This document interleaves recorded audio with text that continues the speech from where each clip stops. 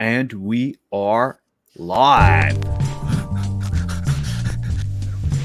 Until the music starts. We're here. Welcome, everybody, to a brand new episode of the Hector and Keller Show. I was about to say the Keller and Hector Show. The Hector and Keller Show, starring Hector and Keller. And special guest, Mr. Stanley Tucci, is going to be joining us tonight. What? Man, the bass is so clean in the way they cut off like that. Like the band's so good. It's thanks, guys. Thanks. Thank you, guys. Appreciate Thank you to that is the Empire Magazine band. Thank you guys so much for being here. Mm-hmm. They're all British. But they got the funk. They got the soul. Who knew? I didn't know that. My name is Hector, and sitting to my screen right is the lady to my Eve, Mr. Keller Knobloch. Say hi, Keller. Hey, how you doing, Eve? Is the Henry is the my Barbara? Is the Henry, exactly, Henry Fonda to my Barbara Stanwyck. Man, I bet you somebody watching or listening to this right now thinks we're assholes, because at one point Barbara Stanwyck was probably the biggest movie star in the world. Sure. Right? Yeah. And now it's 100 years later. All of our 200-year-old listeners, yeah, you're right. They're super offended. But once you get to that age, you're offended by everything. It's always interesting watching movies from the 40s or earlier. The 50s, I feel like, weirdly, sometimes after the right? war, it's like, all right, no one's gonna buy this shit anymore, dude. Yeah. Step it up, bro. Color or get out. Yeah, it's always interesting watching older movies like this. I can't recall off the top of my head what the oldest movie we've watched is. It might be Greed from like 1920 or something. Remember that movie? I think that's it. Yeah. It was like black and white. But we've seen films from the 50s, 60s, I think pretty much every decade at this point. 80s, 90s, and today. And except the 2010s. We have seen no films from the 2010s. Nope. That's why I said 80s, 90s, and today.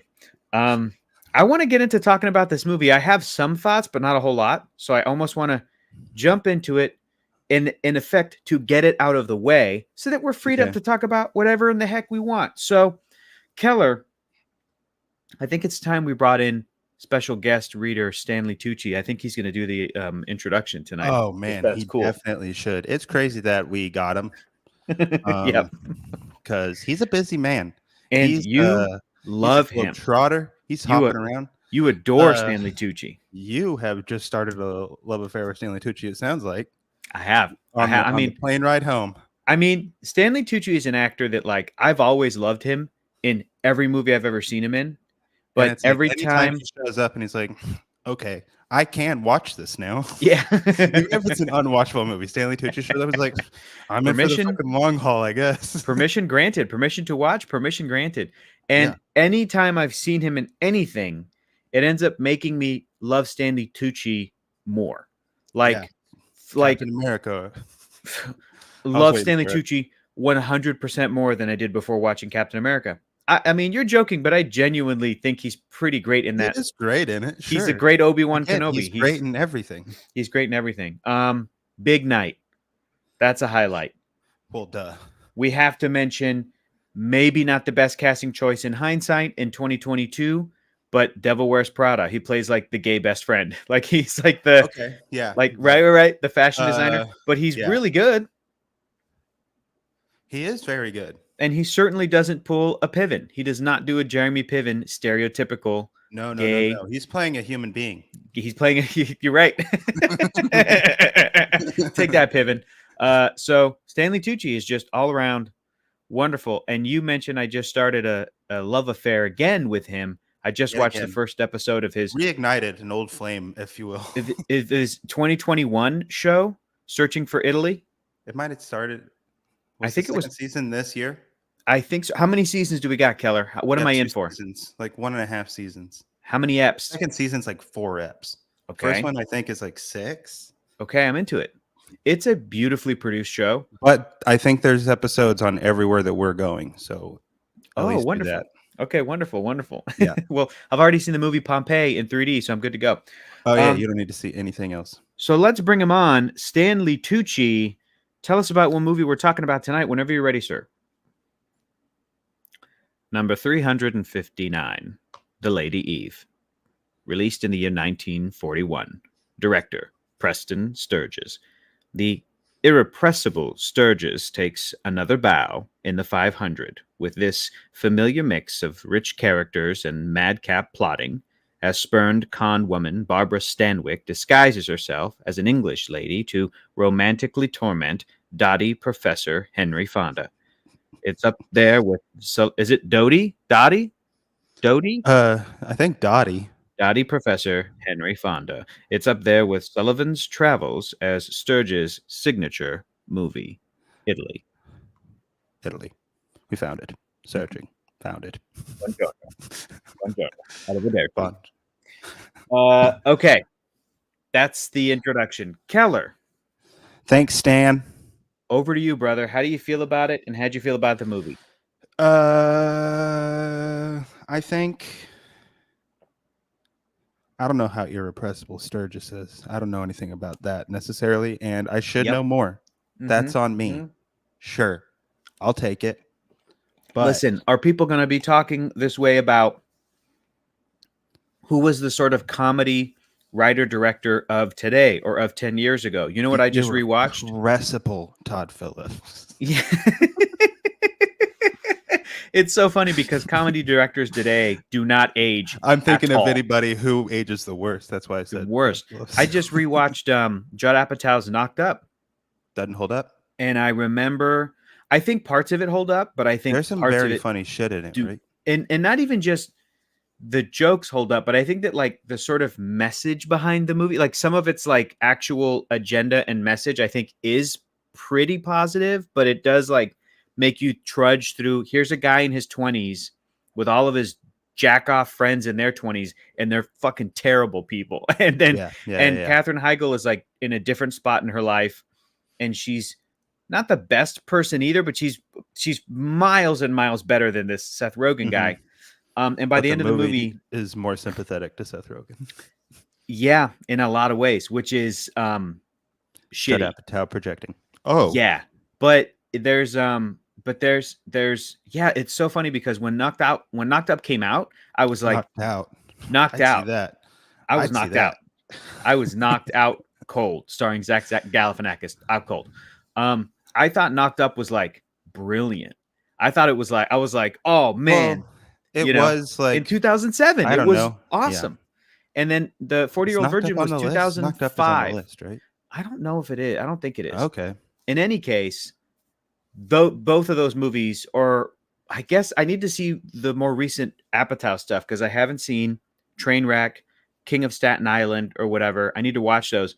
Well, he didn't write those though, right? Directed them. I don't know if he did. I don't know if he. Which I'm like, am I gonna like that better? Maybe, but yeah, that early Apatow stuff, 40-Year-Old Virgin, Knocked Up, going into, what did he do after that? I think he did Funny People. Funny People. This is right.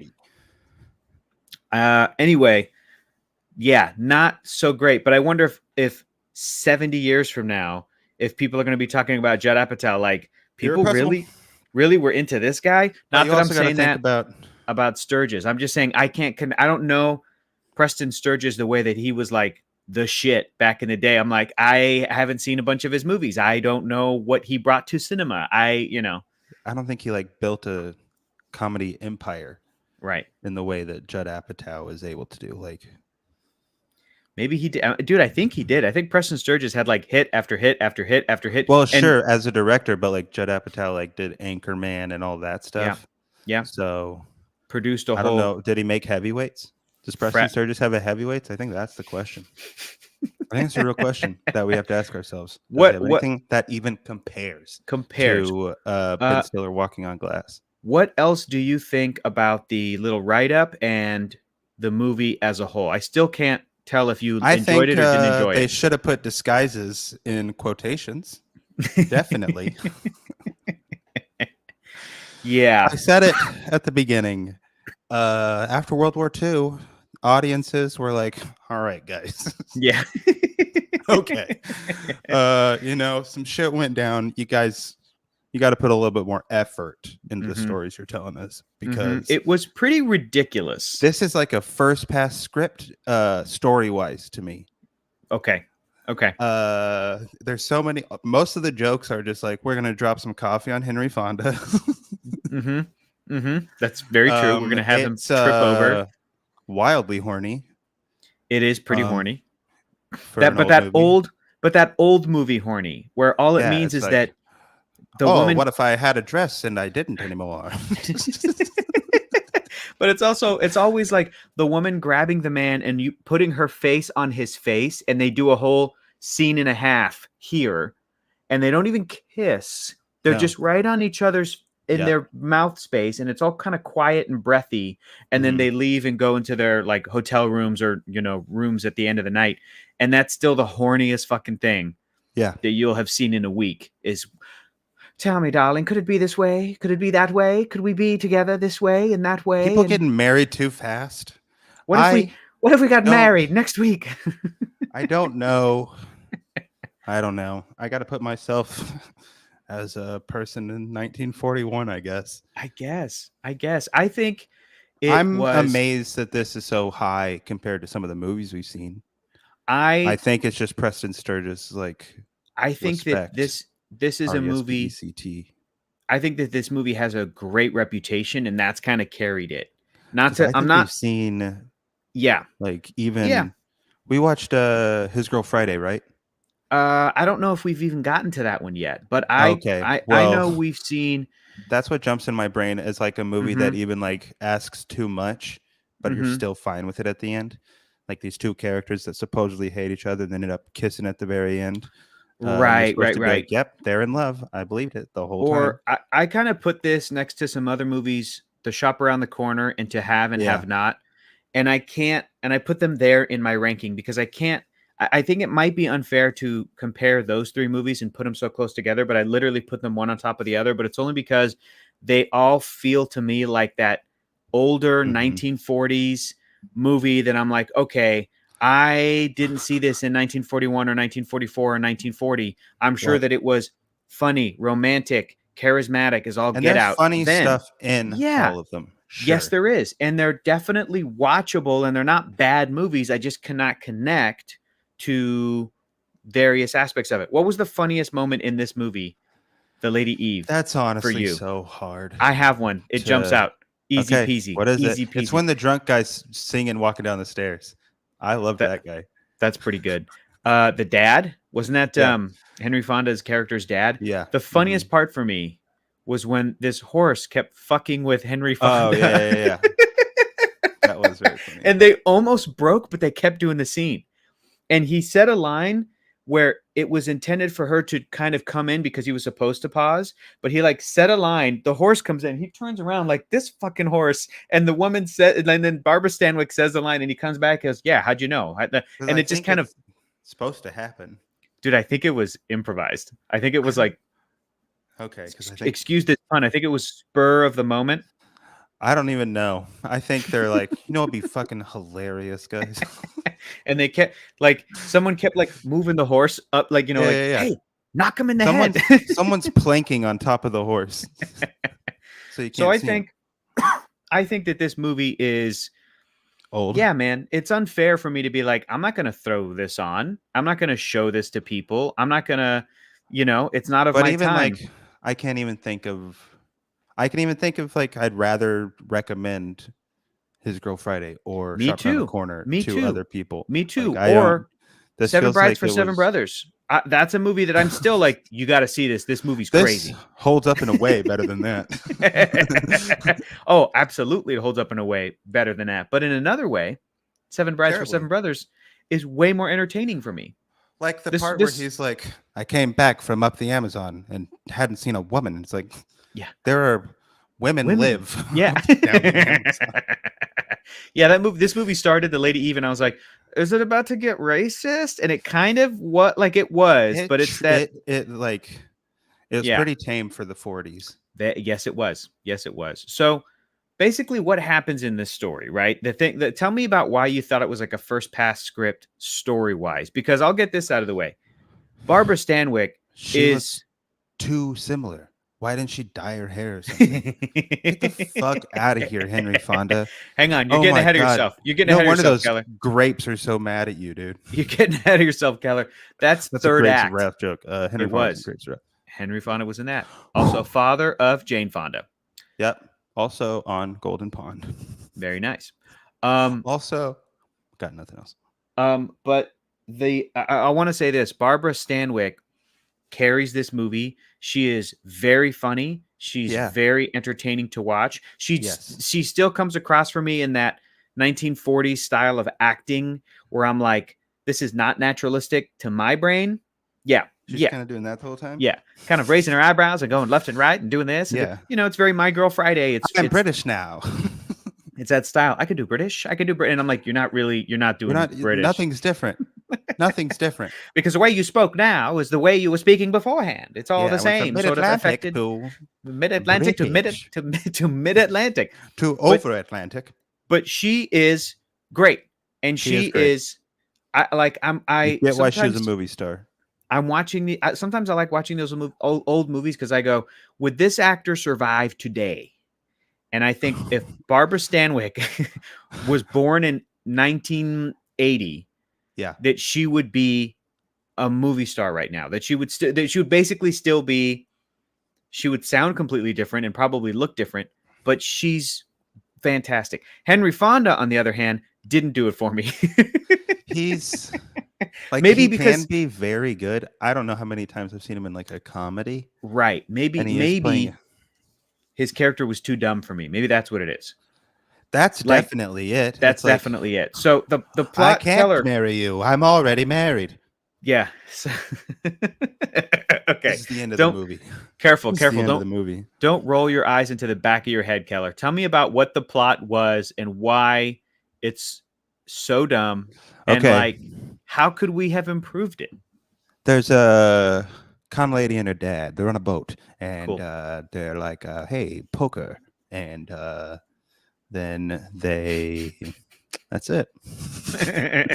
They decide they're going to con the guy who's the head of beer, and that's one thing I can agree with them on. I don't really care for beer that much. Turns out I can drink it, but you mean ale? He's the head of ale. Pike's Ale. Fuck out of here, dude. And he was like, beer? You mean ale? He's like, there's such a difference. One is what did he say? Like dried from the bottom, the other dried from the top, whatever it was that he said. Fermented, yeah. Fermented from the bottom or fermented from the top or the other way around. I don't know. And he's like a dorky scientist who likes snakes. Who likes snakes. Didn't buy it. Doing beer studies in the Amazon. Didn't buy it. Let me tell you what I would buy. What? If this movie was redone in like 1985, it'd be Harrison Ford. Okay. And I would be like, first of all, I buy that he could do goofy, bumbling, absent-minded, and sexy, and he's like a love interest. Be that funny professor in the third one. Absolutely. And who would be the lead opposite Harrison Ford in 1985? It'd probably be like Kathleen Turner or something, and it'd be great. Yeah, I kind of that movie. That's it. Yeah. I'd watch it. Great. I'd watch the shit out of that. My butt's in that seat. So then they're gonna con this guy. Then what happens? They fall in love. Like immediately. Oh my god, they fall in love on a boat trip. They decide they're gonna get married on a boat trip. I don't know how long this fucking boat trip is. Dude. Yeah, I think I can see how he could fall for her, obviously, because she's pretty cool and great. Yeah. But he's like just dumb though. He's a plank of wood, dude. I don't get seriously. It. And then and there's a snake. Yeah. A snake. And then she breaks it off. Yeah. Because she's like, I caught feelings. I did. And I can't go on. We can't do the con. Can't do the con.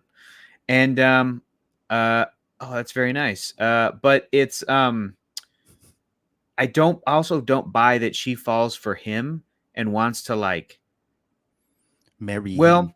Like be with him genuinely, but then he finds out that she's a con man, like a con person, and then he a matchstick man confronts her on it, and then so she leaves because he kind of like I forget who leaves who, but she's sort of like fine then, I hate you. And then she leaves, and then he never sees her again. She right? dumps him. Or he dumps her because And then he finds the photograph.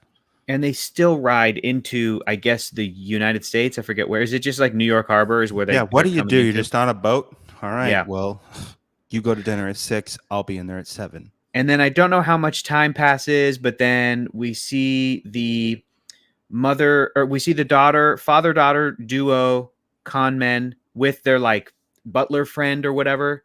And then meet this new guy, who's like their old friend, the Monopoly man, who's their old friend, who he's a con man as well. And he's like, I got the best racket. I actually just live in a house. I'm just pretending to be a millionaire, and I'm robbing millionaires during poker nights. And when great scam. Like that's another thing. Yeah. Fuck I'm like, rich people, dude. Yeah, I guess. I want them all to get their money taken away. For sure. But I liked the movie. What was that Jennifer Lopez movie where they were all strippers and they stole like millions of dollars from Hustlers? I'm like, that's a better plot. That's a better. You know what? They should have done that in 1941 instead. Here's what we'll do. See, Dad, I'll be a stripper, and so will you. And then so she learns that this idiot, goofy Duber guy is living there with his family. Duber. And she's like, can I come and visit you as your niece? And the Mr. Monopoly man's like, okay, we'll keep getting money from them. And then what happens? And then she becomes British. She becomes the Lady Eve, the titular Lady Eve. And this fucking dumb plank of wood falls in love with her again. It's like, no, it's not her. She only looks exactly like her. If she looks exactly like her, that means it can't be her. Is literally his line of reasoning in a movie that has received accolades out its butt. Yes. And then it gets pretty zany. Like it keeps trying to be like zany, slapstick, but it's slapstick. Never. It all feels so dry. I think it's because Henry Fonda can't sell a comedy. Maybe. And honestly, maybe. And then, because I was picturing like, man, I know it's a different era, but I was like, dude, Dick Van Dyke would have. Jimmy Stews would have owned this role, dude. Dick Van Dyke would have owned this role. Again, Harrison Ford would have. Like, I'm thinking of different leading men.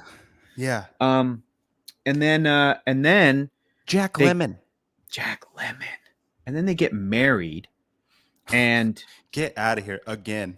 They're on a train, and then she tells him that she's like slept with other guys, and he loses it and wants a divorce. Like, that was what happened, right? Hate her. Yeah. That was what happened. She just keeps like naming guys that she was with, and it's 1941, so she's not even like, I slept with him. She's just like, my cheek touched his, if you know what I mean. I went steady with him. We went dancing cheek to cheek. And I was confused about if she was still playing the Lady Eve, and these were like characters. I don't get what she's trying to, or if she was trying to be honest, right? She's trying to be trying to get rid of him. I don't know how to lose a guy in 10 days in a train ride. And then he wants like a divorce, and then she won't do it. So then he just leaves and gets on a boat, and then she's also there. But then she still looks the same, but she's like, but now it's the first woman, and he immediately like loves her, and he's like, I love you, but full disclosure, I'm married. And she goes, so am I, darling. And then like the door closes. Yeah. And then a very funny moment, a guy comes out, and he goes, yeah, definitely the same lady or something, like, and then leaves. The same dame or something. Same dame. And then there's an animated snake. Yeah. And there's been no precedent set before of there being any animation at all whatsoever. Not even in the opening credits, really. Yes, there was. It was that same snake from the opening credits, brother. Yeah, you definitely missed the entire opening credits because that snake was doing stuff the whole time. Okay, I missed it. So, did you just hit play on the movie and then close your eyes and like, I'm gonna wait until I hear people talking? I had to go to sleep. Keller, did any of this plot charm you? Could you get into the whimsy of it? Do you feel like we're just like jaded, cynical old men, young men that like think it's silly when it's like, hey, it's all you needed in 1941? Love to say so, but I've seen enough stuff that is funnier and better from that same And I'm not saying this movie is bad. No. But I am saying that the plot is too wackadoo. Yep. Having, I don't know if it's like you don't know how to end nobody knows how to end an improv scene, so they just kind of seal it. Yep. That's what it kind of felt like at the end here. A little bit. It felt like this movie could have been 60 minutes, not 90. Like it had a whole extra. Yeah. This movie, I bet, was hilarious back in the day when they're like, "Ooh, she's talking about sleeping with Boris or whatever the fuck." Yeah. All these double entendres. But I don't know, man. I'm jaded. Maybe I'm jaded. it's just I live in the same world as Euphoria, which I've never seen.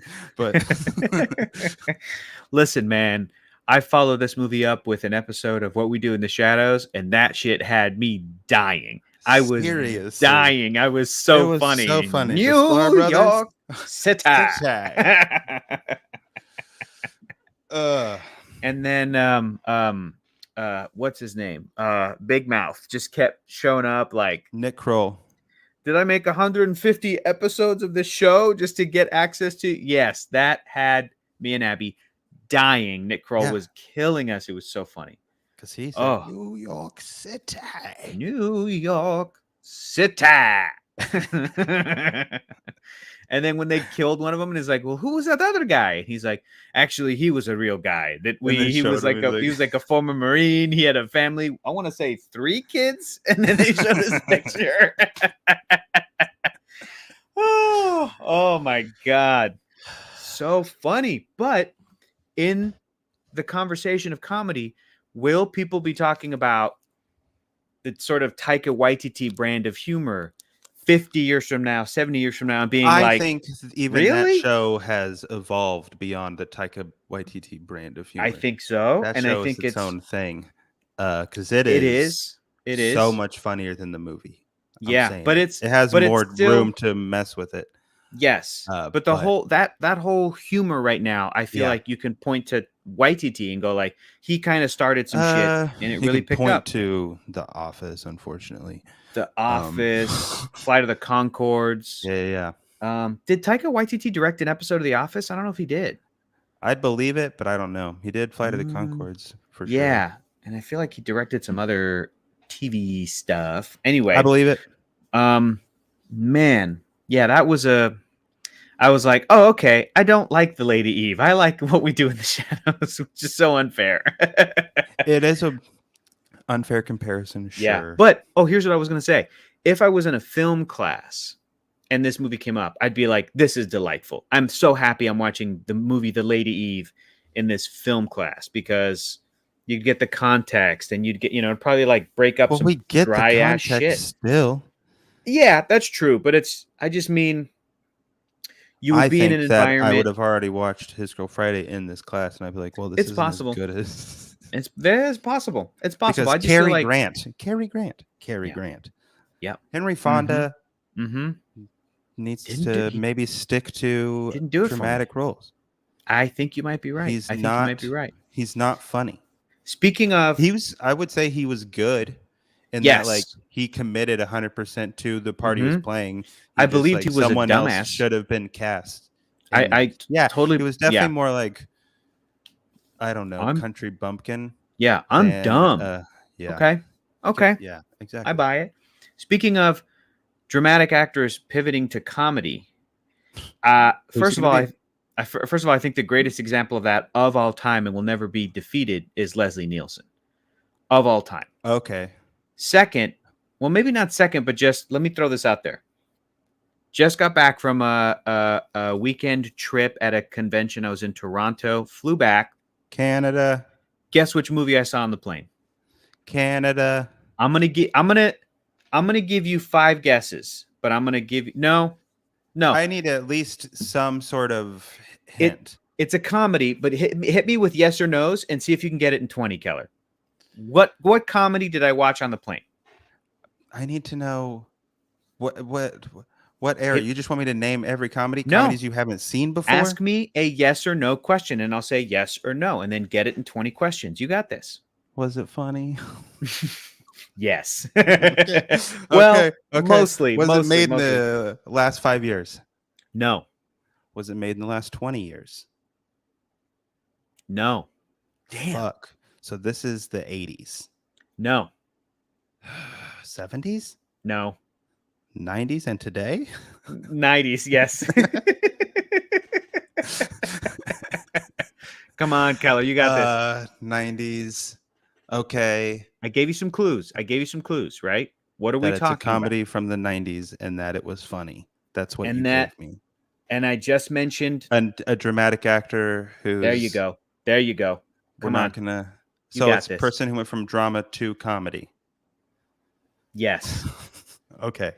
I'm blanking completely. This was a young decade for me.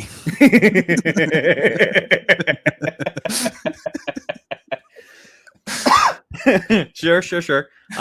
Do your best.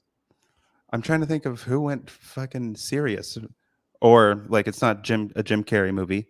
No, good question. It's not a Jim Carrey Robin Williams movie. No, good question. Now those guys started comedy and they went drama. Yeah, but I see what you're doing. Your process of elimination. You got 11 questions left. I don't know. I can't think of.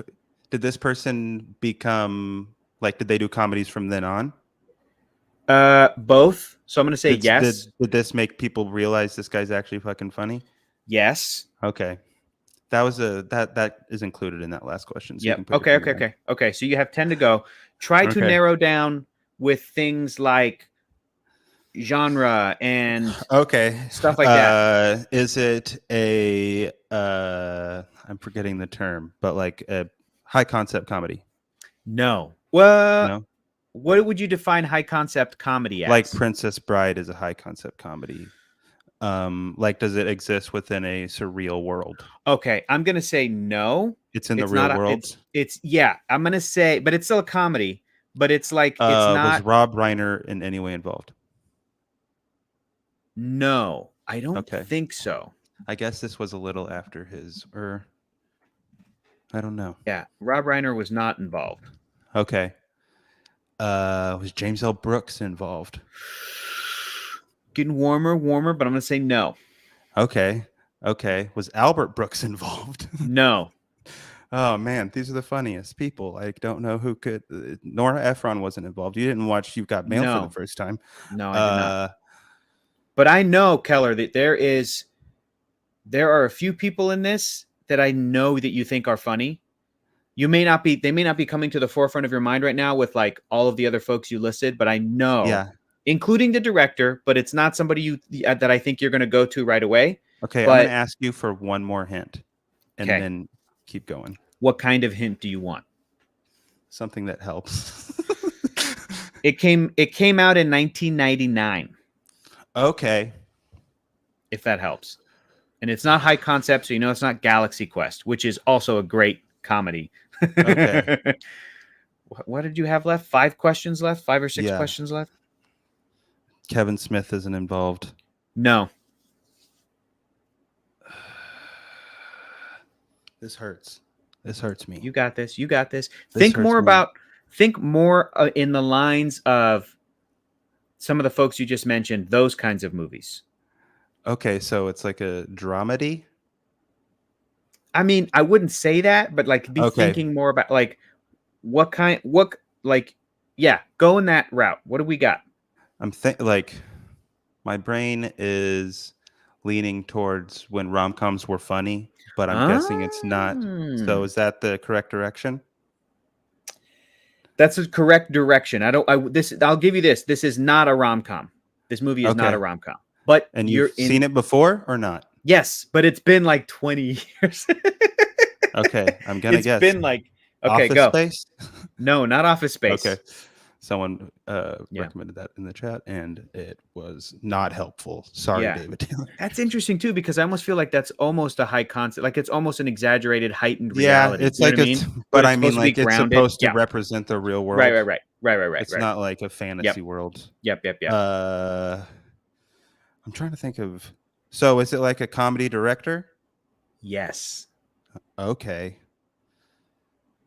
Who was fucking making comedies in the 90s? And a comedy director, I'll give you another hint. A comedy director who directed, in my opinion, one of, if not the greatest high concept comedy ever made.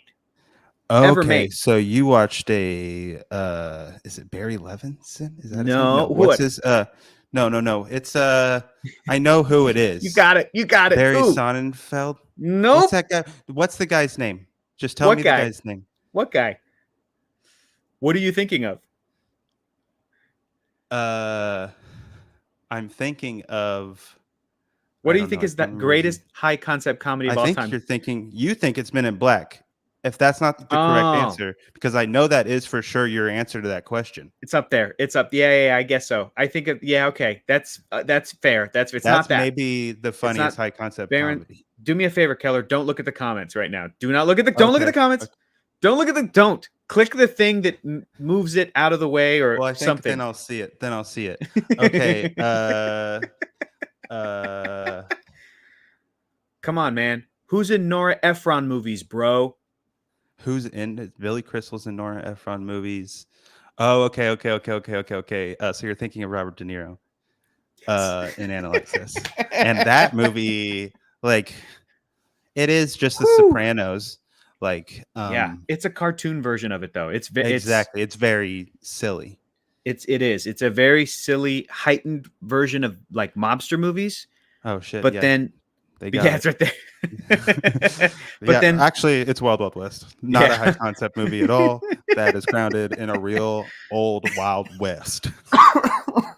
They just made it a little more wild. There were real magnets attached to your necks in the Old West. People don't talk about this anymore. There were real giant mechanical spiders. Giant. I want to watch Wild Wild West again. I want to watch that again. It holds up. Not. Bro. The song does, though. Can we talk about Analyze This for a second, though? I haven't seen it in too long, but I obviously love it. Okay. That cast is amazing. It's directed by Harold Ramis. It's Lisa Kudrow. What's that? Right? Is it Lisa Kudrow's the Lisa wife? Kudrow? Lisa Kudrow is the woman that Billy Crystal is marrying. Billy Crystal has like a teenage son from a previous marriage. Lisa Kudrow is great. I would say Groundhog Day is one of the greatest high concept comedies of all time. Directed by Harold Ramis. That's what I said. That was the clue. That's what I fed you. Oh, okay. That's who it was. Okay. So yeah, I think that's his best movie. Even better than any movie he was in, including all the Ghostbusters. Whatever. Like I think Groundhog Day. That movie transcends anything. Yeah. Masterpiece. And then Analyze This. I think in the timeline was the first time somebody took Robert De Niro and was like, do your thing, but really exaggerated, over the top, like have such a great. He can be funny. Yes, he can. There's little moments in everything. Yeah, there's a great. If you just watch Howard Shore did the score for Analyze This. Lord of the Rings. Howard Shore did the musical score. This is a separate tangent of a conversation, but is the Lord of the Rings the greatest film score of all time? It's up there. I think so. Yeah, if it's you not think that, about the number of recallable bangers. Yes, if it's not that, it's I Star think Wars. Any of that shit whips Duel of the Fates. Yes. Yeah. Anything from Lord of the Rings, and Duel of the Fates is probably the best piece of music from Star Wars. Yeah, but other that's than also the main fanfare theme. Sure, we can't. I'm not shitting on Johnny Williams. No, it's all he fine. Is the greatest Howard of all time. Shore is from the John Williams School of Film Scores. Yeah, dude. It's great. Did you see that picture that Abby took with Dominic Monaghan? Yes, dude, that's amazing. That's pretty great. We turned the corner and poor Dominic Monaghan and Elijah Wood and Billy Boyd were just like eating sandwiches in the so back. funny. They were just That's like so eating funny. their dinner. 11sies, eh, guys? Yeah. Because I had to go do a panel after. And they're just like chowing down on a sandwich. And hey, which breakfast is this, you motherfuckers? you motherfuckers. You dumb motherfuckers. You stinky pieces of hog shit. And that's like, I think we got across, like, me and Abby, we were like, we don't normally never. We're like cool fans. We were like, we're so sorry. We never normally bother folks, and you're eating, and this is so crappy. But Dominic, like, we were like on our way out, we were leaving, and they saw that, and we were like, but you're wearing her character on your shirt. You know, that's so cool. Yeah. And he was like, oh yeah. And Dominic Monaghan was like, Demon Slayer, it's a great show. He was like telling the other two, he's like, it's a wicked show, it's great. Like, he was just into it. That's and awesome. then Dominic was like, goes, yeah, you know, if you're around when we're done, maybe we can, you know, snap a pic or something. And I could see him like gears turning, because we had our luggage and we were like leaving, and he was also like, well, I don't want you to, like, I just want to get back to eating. So he was like, you know, let's just do it right now. Let's do it right now. So he like took a quick pic. And Abby said a very nice thing. I talked to Billy Boyd for 2 seconds about, like, dude, your voice is, yeah, you're angelic. But I also said, yeah, man, put out an album, bro. Album, bro. The podcast that he does with Dominic was great. And I said, I loved your episode. I was like, we loved your episode with Michael Giacchino. And Billy Boyd was like, isn't he great? He's just fantastic. That's just, that CV is hearing insane. Your impressions. It's great. Yeah, when they listen to this, when they watch back this. And then very quickly, Abby complimented Elijah Wood for his voice acting in Over the Garden Wall. Ooh. And he was like, thank you so much. Like, he was like, they're just all great. And we were like, okay, bye. Over the Garden Wall is so fucking good. Way better than the Lady Eve. So basically, yeah, that's what we're saying. And even feels like it's from the same era. Yeah. But analyze this. I watched on the plane on the way back. And like, if you watch the trailer, it has that cheesy 90s trailer where it's like, meet this guy's having problems, whatever it is. But there's a great exchange between Billy Crystal and De Niro. He's in the mafia. Yeah. Meet his new client. Yeah. He's a therapist, and he's got a new client he's taking on. No, but just when he thought life couldn't get any harder, Billy Crystal goes, you're not someone who hears no a lot, do you? You don't hear no often, do you? And De Niro goes, no, I do, but it's usually like, no, hey, don't do that. No. It's like it's a beautiful little exchange. And I'm like, he's a funny motherfucker. Like, he's so funny. Yes. Man. And I think right after that, he did Rocky and Bullwinkle. Like, he was just like, I can do comedies. I can do comedies. When did Jackie Brown come out? Because that came out before that, didn't it? Yeah. I have to imagine. Because Robert De Niro before then is so good at just like being funny with his face. Mm-hmm. Mm-hmm. Like, he can just do something, even though everybody does this. Do your face. Mm-hmm. Do the face. Mm-hmm. Do it. Okay. This is a visual medium for 15 people. There it is. See? Yeah, that's it. Okay. He can do something with his face. You're good. You got a talent. You're good. You're good. You're good. He's like, have you seen Midnight Run? I haven't yet. That. You know, Jackie Brown has Bridget Fonda, granddaughter of Henry Fonda. All coming together. We did all coming together. Has Jane Fonda been in a movie with Robert De Niro? I bet. Happened, I don't know. Right? I don't know. Right. But anyway, yeah, not to mention Meet the Parents, going into Meet the Fockers. That was also classic. Those movies are uncomfortable for me. Yeah. You don't have to watch them. Okay. You don't have to watch them, brother. You do not have to watch them. I don't think I ever will again. But it's a great example They're very funny. Yes. Yeah. Some moments. Maybe the first one. I don't know about the rest of them. Because it goes Meet the Parents and then Meet the Fockers and then Little Fockers. Little Fockers is the third one, I think. Yeah. Anyway, it's just what Analyze This does. And then there was even the sequel, Analyze That, which I'm going to rewatch. I'm very excited about it. I'm going to put it on right after this. Also directed by Harold Ramis. Rest in peace, department. But Analyze This just takes Robert De Niro and they go, you're the straight man. be yourself, and then Billy Crystal's going to kind of play off of you and be like, but even like, but there's also he's the Billy straight Crystal's man, the straight man. But the fact that the straight man it's genius is what it is. It is, because then I guess the same dynamic is in Meet the Parents, where it's like De Niro's the straight man, but he's doing, but he's not his like thing. That's it. Almost like Analyze This almost is a heightened reality. It almost is a high concept. It's so over the top, but it's so over the top. Yeah, they throw Billy Crystal in a shark tank at one point, like, and it's like fake special effects, like he's like, but you love it. It's Billy Crystal letting himself sometimes be that, like, stressed out, like, like, but it's not painful in a Meet the Parents or in a What About Bob? Yeah. Here's the thing. Richard Dreyfuss. I think that maybe was a dramatic gone. Yep. Yeah. Comedic Dreyfuss? situation. Even though Richard Dreyfuss is very funny, just even in his energy and anything. Yep.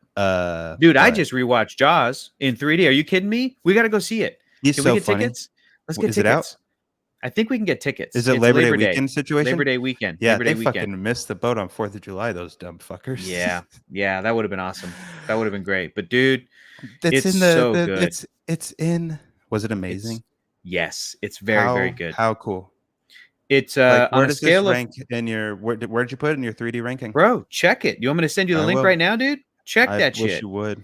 This is going to make you very happy, because I hadn't rewatched Jaws recently enough to like put it on Letterboxd, but I have it now ranked 5 4th of July's ago. I have it now ranked as my 4th favorite Spielberg and my 9th favorite 3D movie of all time, bro. It cracked the top awesome. 10. It cracked the top 10. It's so fucking good, isn't it? It cracked it. Yes, it's a 5-star film. It's a masterpiece, but like watching it in 3D made me appreciate so many. So I mean, obviously, I wish I had seen it as a kid in theaters to be actually scared by it. Yep. It got Abby real good. It got her so good. There's this moment she forgot about. The body under the water. That'll get you every time. And she was like, "Oh, it's in 3D." Ooh, man, I'm so looking forward to that. Yeah. Oh my goodness. Let's do that next weekend. Before it'll be the last movie we see before we leave. Yeah, when is it coming out? I want to know. I thought you said Labor Day. Yeah, it is. Is that next weekend? Yeah. Holy cannoli. That's next weekend. Holy shit. Also, Russian Ark next Monday will be the last episode before a hiatus. Oh, wait, really? Yeah. On the 5th? Dude, I'm going to Italy next week. Sick, dude. Sick. So okay, Russian Ark will be the last. So I am going to be out of town this weekend. Where are you going? Going to Mexico. I'm going to go hang out with my dad. Jesus Christ! Can you tell him Jaws is out in 3D instead? Can you? I think it might only be. It might only be this weekend, Keller. And as from what I've heard, it's not coming out on 3D Blu-ray. You have to go with or without me. You have to go. Take Chelsea. Go see I it. definitely I'm will. going to try to go see that shit in Mexico. Dude. I'll see Jaws in Spanish. Can you imagine? That'd be tiburón. Awesome. Es un tiburón.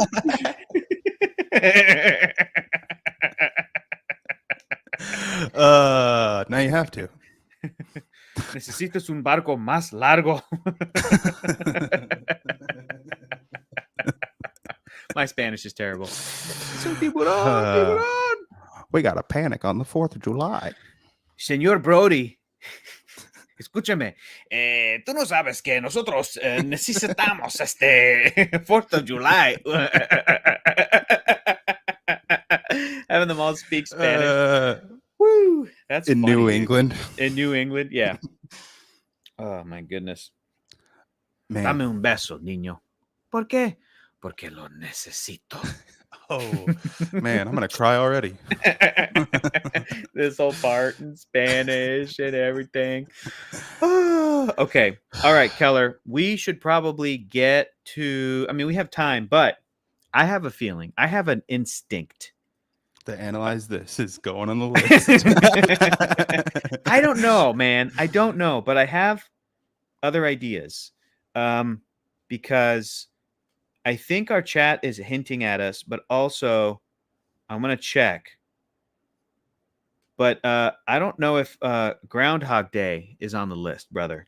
I don't know if that's been picked by. It has not been picked by a guest. So okay, then yeah, for sure, definitely 100%. I'm thinking drop that on there. Easily. I'm thinking drop that on there because you know what else? You know, lemon squeezy. Honestly, to bring it back to the Lady Eve for a second. Tonight we've mentioned the 2 movies that I watch on holidays that matter: Groundhog Day and Jaws. Yeah. Every Groundhog Day you watch Groundhog Day, and every 4th of July you watch Jaws. Oh, you pointed out a fun thing about the movie The Lady Eve. You texted which it was to me. What was it? Weird and creepy. Watched the movie today. What's today? Yep. Today is Monday, August 29th, 2022. Okay. H. Fonz writes a check dated August 29th, 1941. Whoa, 1941 or 40 right? or whatever. Yeah. That's cool. Yeah, that is I a weird little moment of serendipity that I love when that episode comes out too. Wow. Yeah, it's crazy. Life's crazy. Okay, I'm going to put Groundhog Day on the list. It's like the number 23, dude. Yeah. Talk about a comedy actor going drama. Here's the Jim Carrey going. Here's the other thing I love about Groundhog Day is that even though it's that high concept comedy, the whole act 2 is like him just like doing the most hilarious shit with that repeat day given. By the time you get to act 3, you know from the beginning of the movie why Bill Murray would fall in love with Andie MacDowell, because she's like lovely. She's fantastic. She seems like such a nice person. She's beautiful. She's smart, and she's driven, and she's charming, and she has good values. Wonderful character. By the end of the movie, the fact that with only a few scenes, Bill Murray does the 180, you're able to be convinced. I get convinced every time, bro. I get convinced it's not an act. Because earlier in the movie, it's an act. He does live forever. He's trying to sleep with her, and he gets slapped in the face. He never sleeps with her. Even if he does, it's all fake. And then by the end of the movie, when he does the 180 and Bill Murray is charming and funny, but still kind of himself and a little sardonic and sarcastic, I'm like, I buy that she could fall in love with him. That's what was missing from the Lady Eve. I'm sorry to say. Why? What does she see in this guy? No idea. And what do any of these ladies see in this guy other than his ale fortune? Nothing. He sucked. He sucky. All the free beer in the world ain't worth it. You know what I'm saying? Even all that money. Even all that money. No. It's a drop in the ocean. Go fuck yourself, Henry Fonda. Also, the worst. I know there are plenty of billionaires who are idiots. Yeah, there are. I just had trouble buying Henry Fonda as like the richest man on the boat. Dumb. Yeah, I don't. Yeah, bro. I came out of the Amazon. I don't like having all this money, but I'm gonna be a real piece of shit about it. You want to hear something that's gonna make you mad, but then also gonna make you happy? I'll punch the computer, so you better say it fast. I ranked 3D Jaws below Captain America: Civil War on my 3D movie list, but above that does make me mad. But above it's Moana. Because it's the first time you saw Spider-Man in 3D.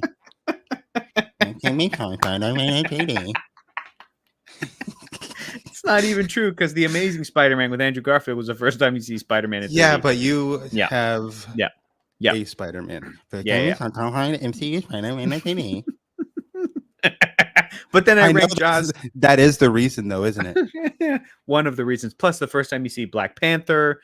Plus, that movie, it's just Captain America versus Iron Man. That shit is dope. I love it. But, which is cool. But I ranked it above Moana, which has gorgeous 3D. True. It's obviously stunning. Easier to do. Yeah, because it's in the computer. It's in the computer, dude. That's why the Matrix is so good in 3D, dude. Because it's in the computer, dude. Nope. Keller, what movie are we watching next week? Monday night, and then we're gonna take a little hiatus. Russian Ark. I know where to stream it. Canopy, bro. It's a single take movie. Are you serious? Yeah. That's very interesting. I don't know how long it is though.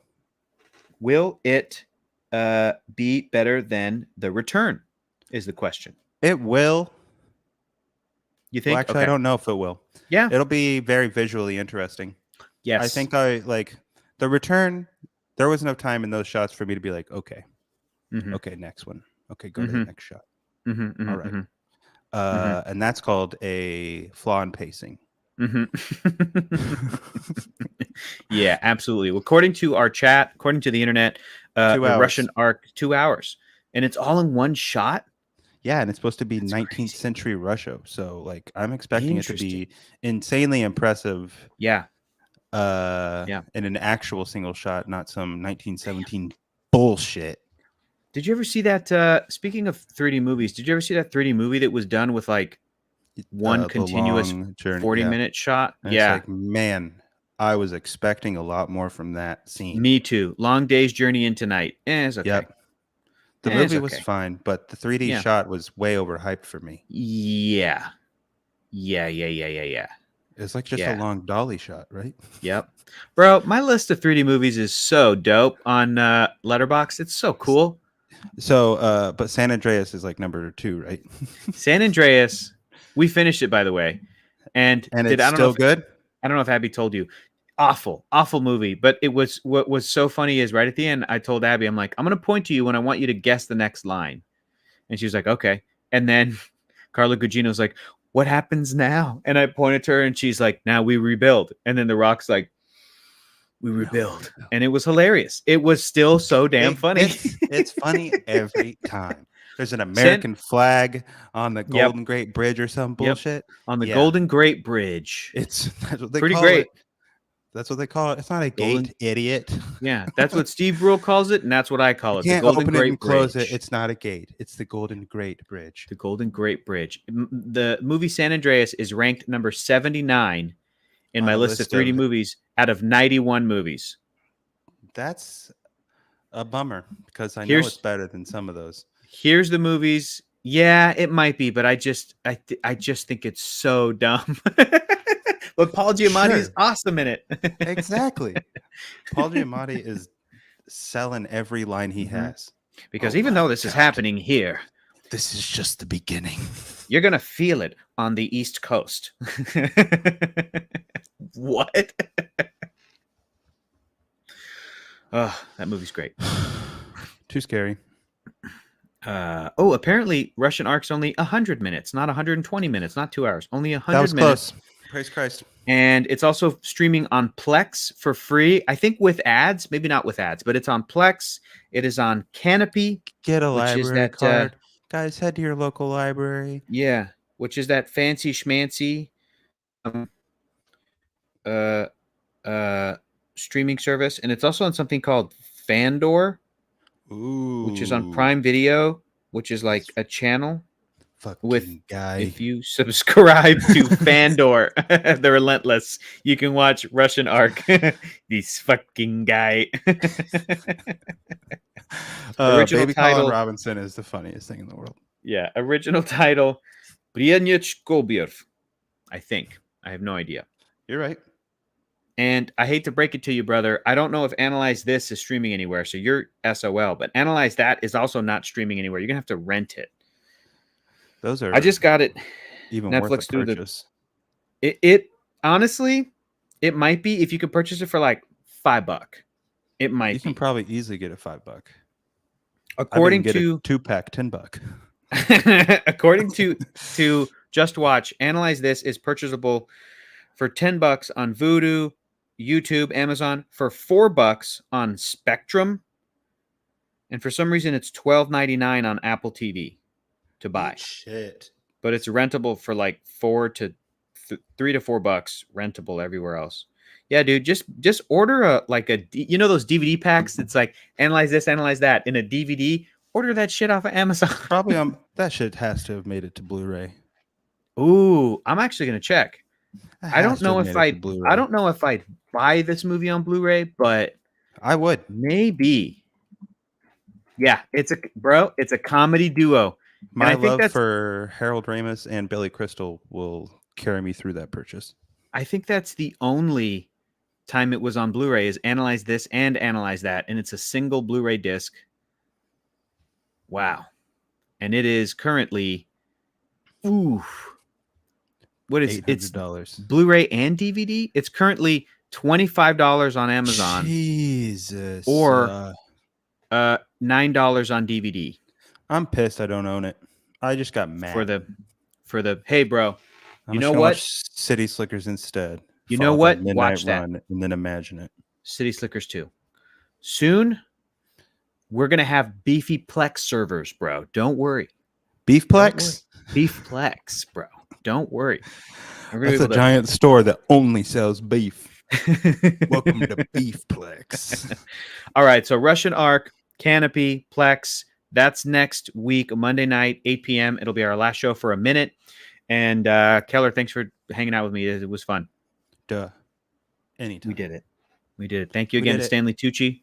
My terrible impression of Stanley Tucci I'm working on. I got to watch more of his show. It was good. I liked it, and it was good. I love it. The cadence was correct. Yeah. How calm he is. Mm-hmm. Pauses. Yeah. Mm-hmm. You know, it's just this. I want to shave my head because of Stanley Tucci. That's how much I love. I'm watching the show, and I'm like, that's what I want to dress like when I go to Italy. That's what I want to look like. He's it's like you phenomenal gotta find shape. Shirts and pants that fit like that. How does he? I'm on it. I'm on it. I'm on it. Do it. I'm on it. I'm on it. I am on it. You got some fancy clothes? We're gonna have to do a little shopping. You don't have much time. I know. You're gonna have to go and be like, give me the tooch. Yeah. Just hold up a picture of tooch. That's what I want. Yeah. No, but I'm on it, brother. Okay. See you on Monday, and go see Jaws 3D this weekend, everybody. Yeah, everybody do it. For the love of God. Bye. Say 3D. I think the bump. I'm going to watch it in Spanish. Bye, everybody. Goodbye.